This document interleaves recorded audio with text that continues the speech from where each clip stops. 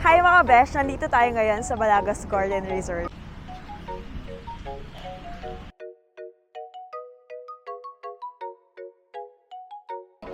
Alam niyo ba na yung mga chocolates nila dito, kasi they are also selling chocolates.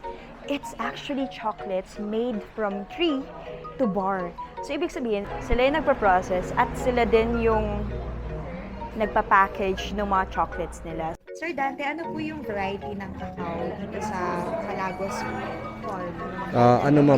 Pinaka namin dito, pinaka demand na variety is yung UF18. And yung chocolate po ninyo made out of that particular variety? Yes ma'am, UF18, BR18, ganun po. Okay. Maraming salamat, Sir Dante. Welcome po, welcome. Akala ko talaga kakain lang kami dito. Yun pala, marami pa kaming pwedeng puntahan. Isa na dito itong Malagos Butterfly Sanctuary. Pagpasok mo, ito yung bubungad sa'yo. Maraming mga butterflies. Malamang, this is a butterfly sanctuary. Nakakatuwa, no?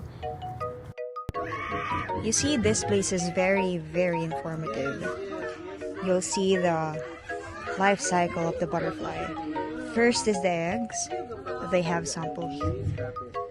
They have samples here. There it is. See? Those white dots are the eggs. Well, the second is a larva. The caterpillar itself. Kung titignan Look. ang amazing lang kasi uod sila tignan eh.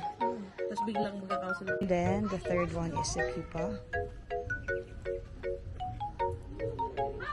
This is the part where soon they will break free from the cocoon and become a butterfly.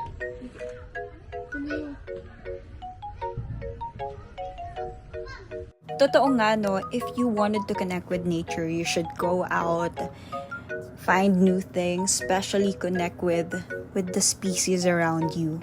Dito sa Butterfly Sanctuary, talagang nakaka-relax.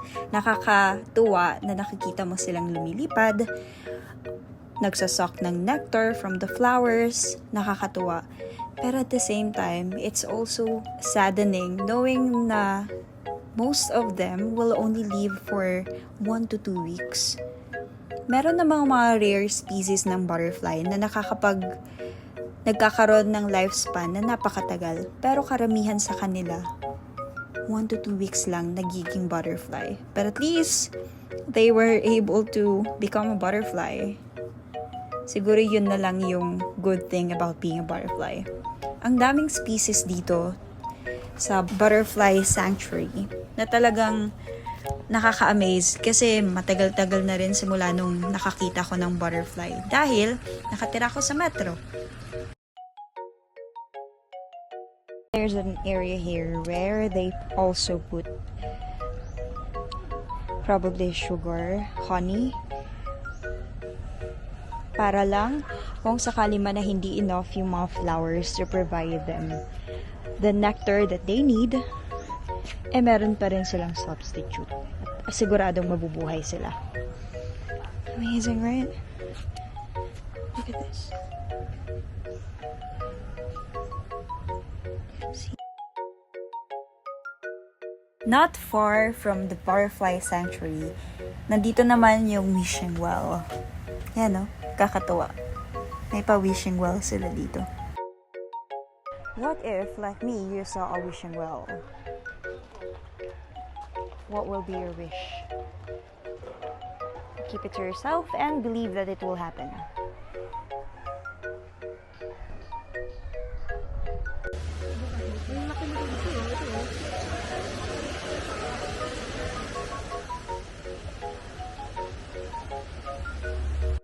Hi, nandito kami ngayon sa Malagos Feeding Dome. Bird feeding dome actually.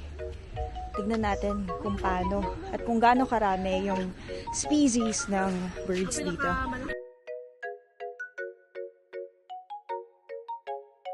Come with us as we enter the bird feeding dome. Kasi yung ano siya, birds. Look.